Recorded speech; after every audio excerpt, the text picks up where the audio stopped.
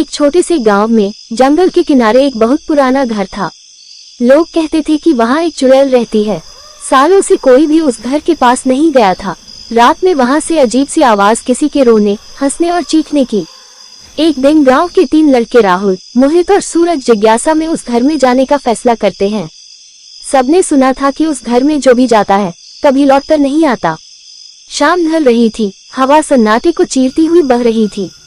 तीनों के हाथ में टॉर्च थी और दिलों में डर। जैसे ही उन्होंने दरवाजा खोला, चर्रर की आवाज आई और ठंडी हवा का झोंका उनके चेहरों से टकराया। घर के अंदर धूल और मकड़ी के जाल थे। दीवारों पर पुराने फोटो टंगे थे, एक औरत के जो मुस्कुरा रही थी।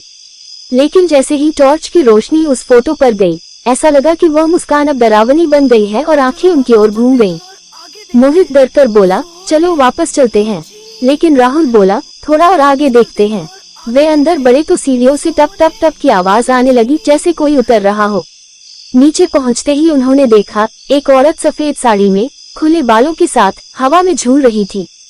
उसकी आंखें लाल और होठों से खून टपक रहा था। वह चीखी, क्यों आए हो मेरे घर में? तीनों डर के मारे भागे।